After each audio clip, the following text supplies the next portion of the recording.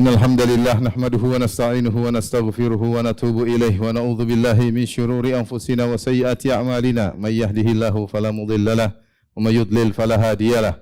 Asyhadu an la ilaha illallah wahdahu la syarika lah wa asyhadu anna Muhammadan 'abduhu wa rasuluhu la nabiyya ba'dah. Ya ayyuhalladzina amanu taqullaha haqqa tuqatih wa la tamutunna illa wa antum muslimun. Fa in asdaqal hadithi kitabullah wa khairal huda huda Muhammadin sallallahu alaihi wasallam. وشر الأمور محدثاتها وكل محدثة بدعة وكل بدعة ضلالة وكل ضلالة في النار. معاشر المسلمين أوصيكم ونفسي بتقوى الله فقد فاز المتقون. Rasulullah SAW bersabda, "Idza taqal muslimani bisayfayhima falqatil wal maqtul fi an-nar." Qalu hadzal qatil fama balul maqtul? Qala innahu kana harisan ala qatli sahibihi. Nabi SAW bersabda, jika bertemu dua orang muslim saling berduel dengan membawa dua pedang mereka, maka yang membunuh dan yang terbunuh sama-sama di neraka. Maka para sahabat bertanya, "Ya Rasulullah, yang membunuh jelas masuk neraka, karena dia telah membunuh. Fama balul maqtul, kenapa yang terbunuh juga masuk neraka jahanam?" Kata Nabi SAW, "Innahu kana harisan ala qatli sahibihi." Dia tadi juga ingin membunuh, semangat untuk membunuh lawannya, tapi dia kedahuluan terbunuh. Hadis riwayat Imam Al-Bukhari dan Imam Muslim dari sahabat Abu Bakrah radhiyallahu taala anhu. Ada beberapa faedah dari hadis ini. Yang pertama, ma'asyiral muslimin, bahwasanya membunuh adalah dosa yang sangat besar. Bahkan kata Imam Syafi'i rahimahullahu taala, dosa terbesar setelah syirik kepada Allah adalah membunuh orang yang tidak berhak untuk dibunuh. Maka seorang berusaha tidak menumpahkan darah siapapun dan tidak ikut-ikutan dalam terjadinya pertumpahan darah. Karena yang pertama kali Allah akan sidang pada hari kiamat adalah masalah pembunuhan. Awwalu ma yuqda bainan nas yaumal qiyamati fid dima. Kata Rasulullah SAW, yang pertama kali diputuskan permasalahannya, disidangkan oleh Allah pada hari kiamat kelak adalah masalah darah. Maka orang terbunuh akan datang, satu tangannya memegang kepalanya yang terpenggal, kemudian tangan satunya membawa sang pembunuh. Kemudian datang di hadapan Allah Subhanahu wa taala. Kemudian yang terbunuh darahnya masih bercucuran dari kepalanya. Kemudian dia berkata, "Ya Rabbi, hadza qad qatalani." Ya Rabbku, sungguhnya si fulan ini yang saya bawa ini telah membunuhku. Maka Allah pun menyidang di antara mereka.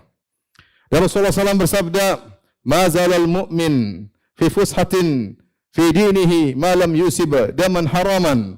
Sungguhnya seorang muslim senantiasa dalam kelapangan dalam agamanya selama tidak menyentuh darah yang haram. Selama tidak menyentuh darah yang haram. Artinya kalau dia menyentuh darah yang haram, maka tidak ada kelapangan dalam agamanya. Sulit taubatnya diterima oleh Allah Subhanahu wa taala sebagaimana ditafsirkan oleh para ulama. Di sini Nabi mengungkapkan dengan malam yusib daman haraman. Jangan sampai dia menyentuh darah yang haram. Yaitu di antaranya jangan sampai dia kecipratan darah yang haram. Yaitu jangan ikut-ikutan dalam terjadinya pembunuhan.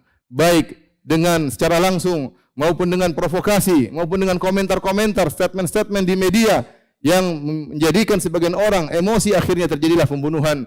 Maka statement provokasi yang dia lakukan juga ada andil dalam terjadi pembunuhan tersebut. Maka seorang waspada di zaman fitnah untuk menjauhi segala perkara yang bisa menimbulkan pertumpahan darah di antara kaum muslimin. Masyaallah muslimin, faedah berikutnya, meskipun membunuhlah dosa yang sangat besar, tetapi pelakunya masih muslim. Oleh karenanya Rasulullah SAW menamakan dengan idza taqal muslimani, jika dua orang muslim saling berduel. Rasulullah SAW masih menamakan yang membunuh maupun terbunuh dengan muslim. Sebagaimana juga firman Allah Subhanahu wa taala dalam surat Al-Hujurat, "Wa in ta'ifatani minal mu'minina iqtatalu." Jika dua kelompok dari kaum mukminin saling berperang.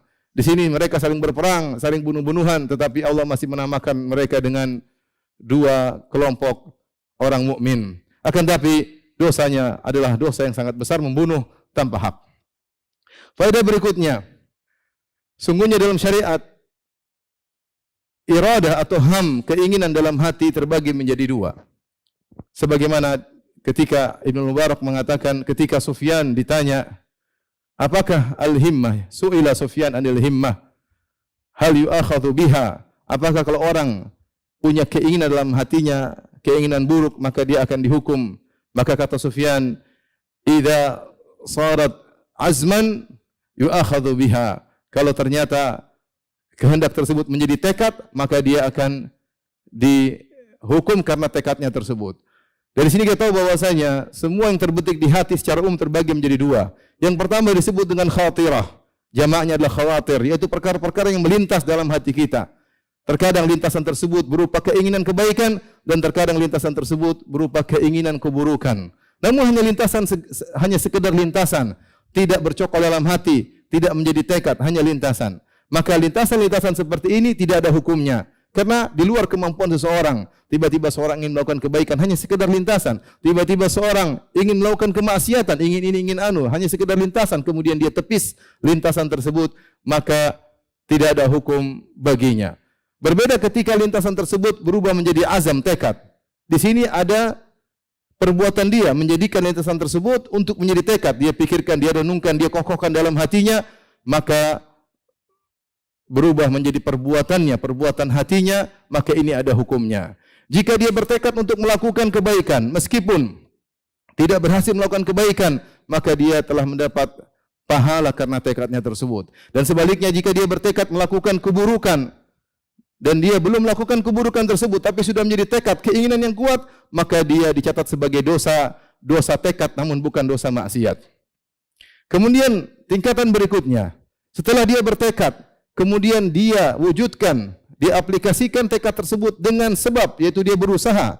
Maka ketika dia sudah berusaha, maka berhasil atau tidak berhasil, dosanya sama. Itulah yang disebutkan dalam hadis ini, ketika para sahabat bertanya, "Ya Rasulullah, yang membunuh jelas masuk neraka. Fama balul maqtul? Kenapa yang terbunuh juga masuk neraka?" Maka Nabi SAW menjelaskan, "Innahu kana harisan ala qatli sahibihi." Dia tadi sudah semangat untuk membunuh kawannya, namun dia kedahuluan terbunuh. Ini menunjukkan dia sudah bertekad dan dia sudah berusaha, namun tidak berhasil, namun dia tetap mendapatkan dosa membunuh. Oleh karenanya jika tekad sudah disertai dengan usaha, maka dicatat sebagai dosa atau sebagai kebaikan tergantung tekad yang dia tekadkan tersebut. Dan ini berlaku baik dalam keburukan maupun dalam kebaikan. Dalam keburukan sebagaimana dalam hadis ini. Demikian juga tekad-tekad kebaikan. Jika seorang sudah berusaha namun tidak berhasil, tetap dicatat sebagai kebaikan yang sempurna. Dalil akan hal ini di antaranya firman Allah Subhanahu wa taala, "Wa may yakhruj min baitihi muhajiran ila Allah wa rasulihi, thumma yudrikuhul maut, faqad waqa'a ajru 'ala Allah." Siapa yang keluar dari rumahnya dalam rangka untuk berhijrah menuju Allah dan Rasulnya, ingin pergi dari kota Mekah menuju kota Madinah, thumma yudrikuhul maut, namun dia ternyata meninggal dunia di tengah jalan, faqad waqa'a ajruhu 'ala Allah, maka dia telah mendapatkan pahala hijrah meskipun belum berhasil berhijrah menuju kota Madinah. Al-Imam Ibnu Katsir rahimahullahu taala ketika menafsirkan ayat ini, beliau menyebutkan contoh tentang kisah pembunuh 100 nyawa yang dia telah membunuh 100 nyawa, kemudian dia ingin bertobat, kemudian dia berjalan dari negerinya yang sering dia melakukan kemaksiatan menuju negeri yang baru untuk beribadah kepada Allah Subhanahu wa taala. Di tengah perjalanan dia meninggal dan belum berhasil sampai ke negeri yang baru, tetap dicatat baginya pahala berhijrah. Oleh karenanya, yang penting bagi kita dalam kehidupan ini adalah tekad dan berusaha untuk melakukan kebaikan-kebaikan. Tidak mesti berhasil. Keberhasilan adalah anugerah dari Allah Subhanahu wa taala. Jika seorang sudah bertekad dan sudah berusaha, telah tercatat pahalanya sempurna di sisi Allah Subhanahu wa taala. Itulah karunia Allah Subhanahu wa taala. Terkadang Allah menjadikan kita berhasil, terkadang tidak. Ketika tidak berhasil mungkin ada hikmah di balik itu. Bisa jadi kalau kita berhasil, kita bisa jadi ujub, atau kita lupa diri, atau kita merasa bangga, atau kita terjumus dalam riak kemudian ya. Maka ketika tidak berhasil tetap kita husnudzan kepada Allah Subhanahu wa taala. Mungkin Allah ingin membukakan pintu kebaikan yang lain, sehingga kita tidak berhasil di jalan yang pertama. Sehingga seorang mukmin senantiasa bertekad dan berusaha. Berhasil tidak berhasil, serahkan kepada Allah Subhanahu wa taala. Aqulu qouli hadza astaghfirullah li wa lakum wa lisal muslimin kulli dhanbin wa khati'ah fastaghfiruhu innahu huwal ghafurur rahim.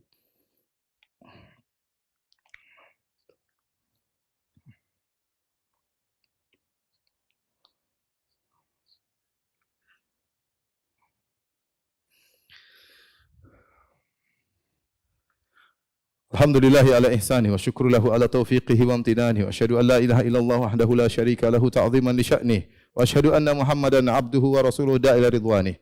Allahumma salli alaihi wa ala alihi wa ashabi wa ikhwani. Ma'asyiral muslimin, sebagaimana seorang mukmin senantiasa bertekad dan berusaha untuk kebaikan agar dicatat sebagai kebaikan yang sempurna, maka dia hendaknya waspada dari bertekad dan berusaha melakukan keburukan. Seorang yang misalnya membuka HP-nya, kemudian berusaha melihat situs-situs yang haram untuk dilihat, kemudian dia tidak berhasil. Atau dia bertajasus, dia membuka akun-akun tertentu untuk bertajasus dalam rangka mencari keburukannya, namun dia tidak berhasil. Entah diblokir, entah dia tidak bisa menemukan akun tersebut, maka telah tercatat dosa yang sempurna. Seakan-akan dia telah melihat hal yang haram tersebut, melihat situs-situs yang haram tersebut. Seakan-akan dia telah berhasil bertajasus. Maka seorang waspada, ya, karena aturannya demikian. Siapa yang sudah bertekad dan sudah berusaha, meskipun tidak berhasil, tetap dicatat sebagai dosa yang sempurna. Ma'asyiral muslimin, di antara rahmat Allah Subhanahu wa taala, bahkan jika seorang sudah kebiasaan melakukan suatu perbuatan, kemudian dia punya uzur untuk tidak bisa melakukan perbuatan tersebut, maka tetap dicatat sebagai pahala yang sempurna. Meskipun dia tidak berusaha, kenapa dia beruzur? Ini dia tidak bertekad, dia tidak berusaha, namun tetap dicatat sebagai kebiasaannya. Dicatat sebagai amal kebajikan yang biasa dilakukan. Ini anugerah dari Allah Subhanahu wa taala. Jadi akan hal ini banyak, di antaranya sabda Nabi sallallahu alaihi wasallam, "Idza maridal abdu aw safar, kutiba lahu ma kana ya'malu muqiman sahihan." Jika seorang sedang sakit atau sedang bersafar, maka dicatat baginya amal kebajikan yang biasa dia lakukan ketika dia sedang sehat dan ketika dia sedang tidak bersafar. Kalau kita kembali kepada hadis ini dalam Sahih Bukhari, kita dapati dua orang yang sedang bersafar, kemudian salah satunya berpuasa. Maka yang tidak berpuasa menegur. Dia berkata, saya tidak berpuasa. Bahkan dia tidak niat untuk berpuasa. Kenapa? Saya mendengar Rasulullah SAW, saya mendengar sahabat menyampaikan dari Nabi SAW, Rasulullah SAW bersabda, jika seorang sakit atau bersafar, dicatat pahalanya amal kebajikan yang biasa dilakukan ketika sedang sehat dan ketika tidak sedang bersafar. Karena dia ketika tidak bersafar sering berpuasa. Ketika dia bersafar, dia merasa tidak perlu puasa karena tetap dicatat. Ini fikih dari orang tersebut. Artinya, subhanallah, anugerah dari Allah. Dia tidak berniat dan tidak berusaha, tetap dicatat sebagaimana kebiasaannya. Apalagi kalau dia berusaha di jalan Allah Subhanahu wa taala. Demikian dalam satu hadis, ketika Rasulullah SAW bersafar dengan para sahabat yang sedang berjihad fi sabilillah, maka Rasulullah SAW bersabda, "Inna bil madinati la rijalan ma qata'tum masiran ma qata'tum masiran wala wadiyan illa kanu ma'akum habasahumul udhur." Wahai para sahabatku, sungguhnya di Madinah ada beberapa orang yang tidaklah kalian melewati suatu jalan, tidaklah kalian melewati suatu lembah kecuali mereka bersama kalian. Artinya pahalanya sama seperti kalian. Kenapa? Karena mereka sakit, karena mereka beruzur sehingga mereka tidak bisa ikut jihad. Kenapa mereka dicatat sebagai pahala jihad? Karena itu kebiasaan mereka. Itu kebiasaan mereka. Dalam satu hadis juga kata Rasulullah SAW, "Man kanat lahu salatun sallaha minal lail, fanama anha." Siapa yang kebiasaannya salat malam, kemudian dia tertidur, kana dzalika shadaqatan tasaddaqallahu alaihi wa kataba lahu ajra salatihi. Siapa yang biasa salat malam, kemudian dia ketiduran, maka itu tidurnya adalah sedekah dari Allah Subhanahu wa taala dan Allah tetap catat baginya pahala salat malamnya. Ini subhanallah. Kenapa? Karena kebiasaannya. Kemudian dalam hadis juga kata Rasulullah SAW, "Man tawadda'a fa ahsanal wudu'a." Siapa yang berwudu kemudian dia baguskan wudunya, tsumma raha, kemudian dia pergi menuju masjid, fa wajadan nas qad sallau, dia mendapati orang sudah salat, maka Allah catat baginya misla ajri man sallaha, seperti orang yang salat berjamaah meskipun dia tidak salat berjamaah. Karenanya ma'asyiral muslimin, mumpung kita masih sehat, mumpung kita masih punya rezeki, maka biasakan ibadah-ibadah yang baik. Saya berharap kepada Allah Subhanahu wa taala, jika kita di masa muda beramal saleh dengan rutin, ketika di masa tua kita tidak mampu lagi, maka sepanjang umur kita tidak mampu, tetap dicatat oleh Allah karena itu kebiasaan kita. Demikian juga kalau kita di masa ekonomi yang baik, kita banyak bersedekah rutin. Bukan sesekali tapi rutin, merutinkan. Suatu saat ketika terjadi musibah, kita enggak bisa lagi bersedekah, tetap dicatat oleh Allah Subhanahu wa taala karena Allah mencatat sebagaimana kebiasaan seorang hamba. Allah tahu jika dia karena kebiasaannya, jika dia diberi kemampuan, dia akan melakukan seperti kebiasaannya.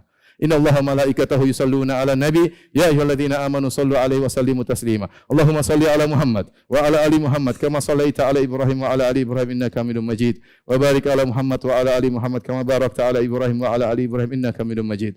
Allahumma ighfir lil muslimina wal muslimat wal mu'minina wal mu'minat al ahya'i minhum wal amwat innaka samii'un qaribun mujibud da'wat wa ya qadhiyal hajat. Allahumma ati nufusana taqwaha wa zakkiha anta khairu man zakkaha anta waliyyu maulaha. Allahumma inna nas'aluka al-huda wat tuqa wal afafa wal ghina. Allahumma aslih lana dinana alladhi huwa ismatu amrina wa aslih lana dunyana allati fiha ma'ashuna wa aslih lana akhiratana allati ilaiha ma'aduna waj'alil hayata ziyadatan lana fi kulli khair waj'al mauta rahatan lana min kulli syarr. Rabbana atina fid dunya hasanah wa fil akhirati hasanah wa qina adzabannar. Aqimus shalah.